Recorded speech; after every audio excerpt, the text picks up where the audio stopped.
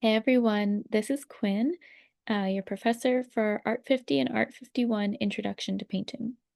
This week we're going to be working on self-portrait paintings. There's already a document in Canvas that describes the steps to make this painting and the goals and outcomes of it. I wanted to also supply a video lecture to share some visual references to help get you inspired to make this painting.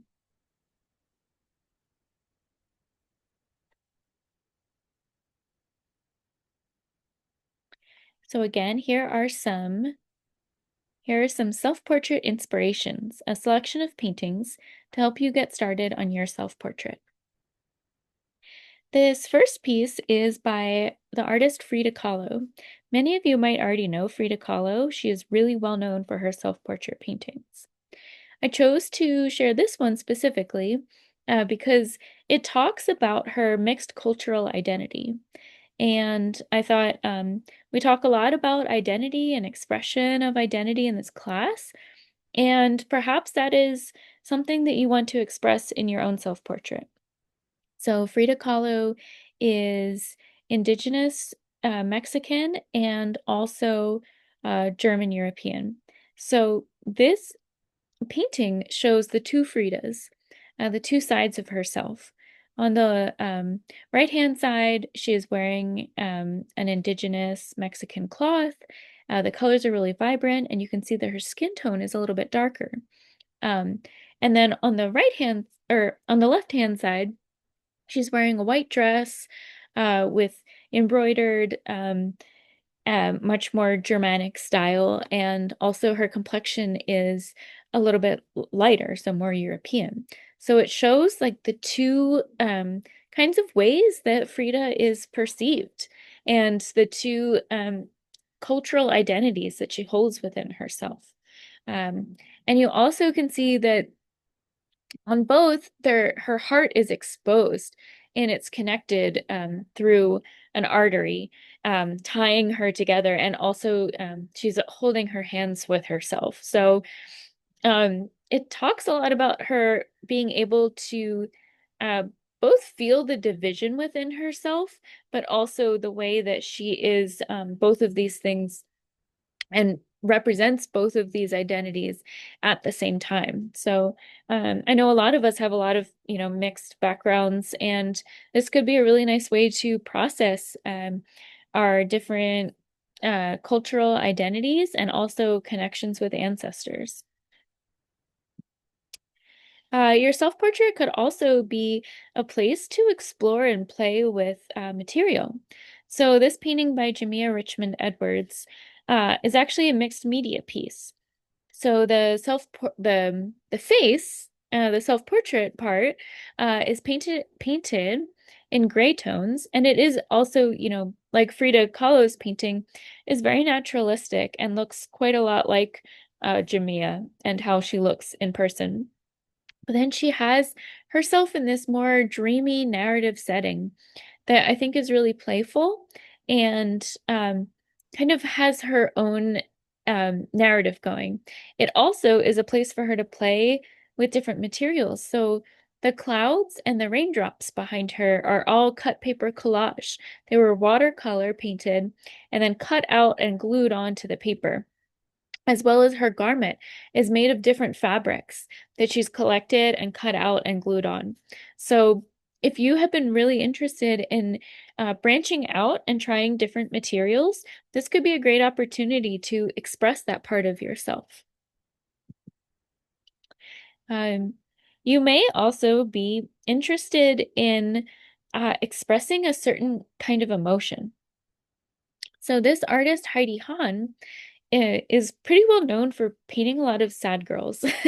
So this painting has a woman sitting on her bed, and I do. This is also a self-portrait. This looks a lot like Heidi herself.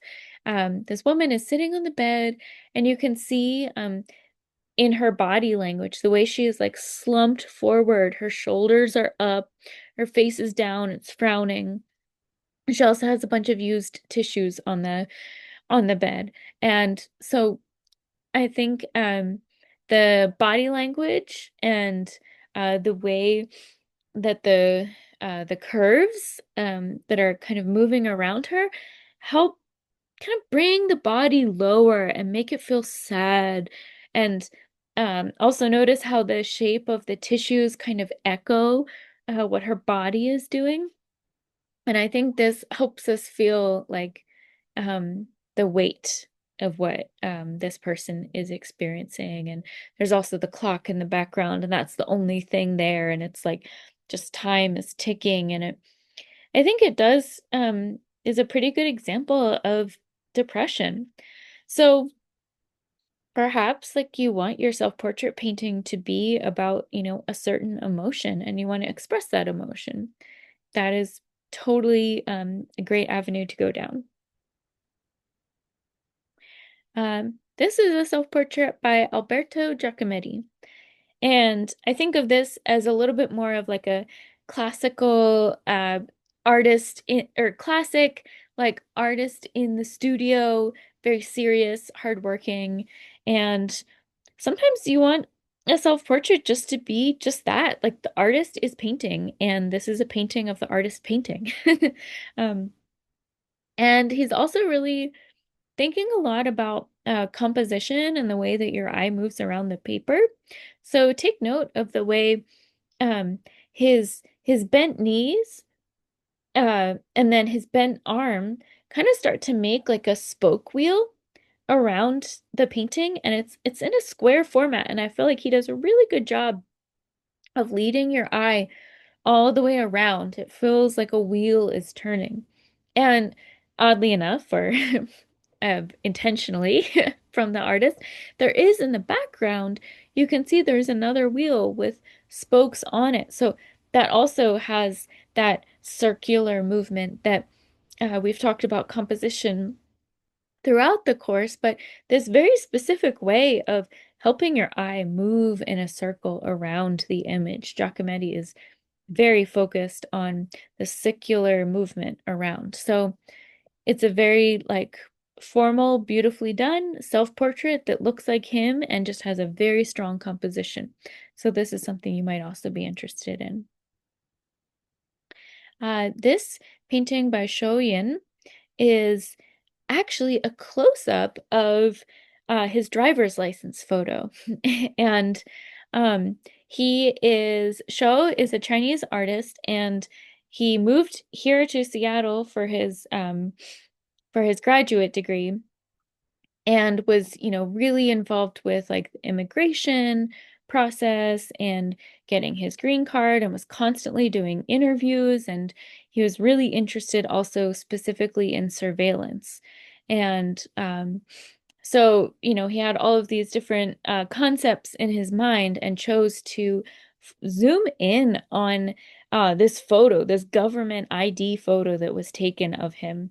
And I think it just changes the context a little bit because it becomes this beautiful, like dreamy, abstract image with all these swirls and waves moving through him. So, um, you could have like a whole personal story going on that you want to express and find find an abstract kind of way to express it, or find an image of yourself and replicate it, but of course use your painting skills to make it your own kind of image, which I think Shou does really wonderfully here. And the last example I want to show you today is our friend Alice Schwager. So you remember we did an interview with Alice earlier this quarter, and she showed us her studio. And so, of course, I wanted to share with you one of Alice's self-portraits.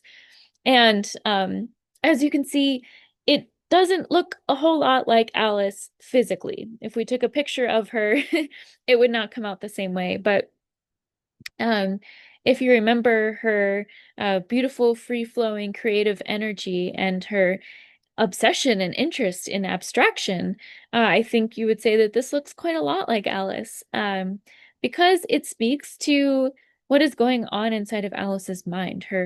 Again, her creative playfulness and her constant dreaming and new ideas brewing. So it is possible that you want to make a self-portrait that expresses not so much how you look, in terms of like a photograph or a mirror, but of how you really see yourself and how you want to express yourself. So I hope that these images sparked some inspiration for you, and I look forward to talking with you about the different ideas that you come up with and to seeing your self-portraits uh, grow and blossom.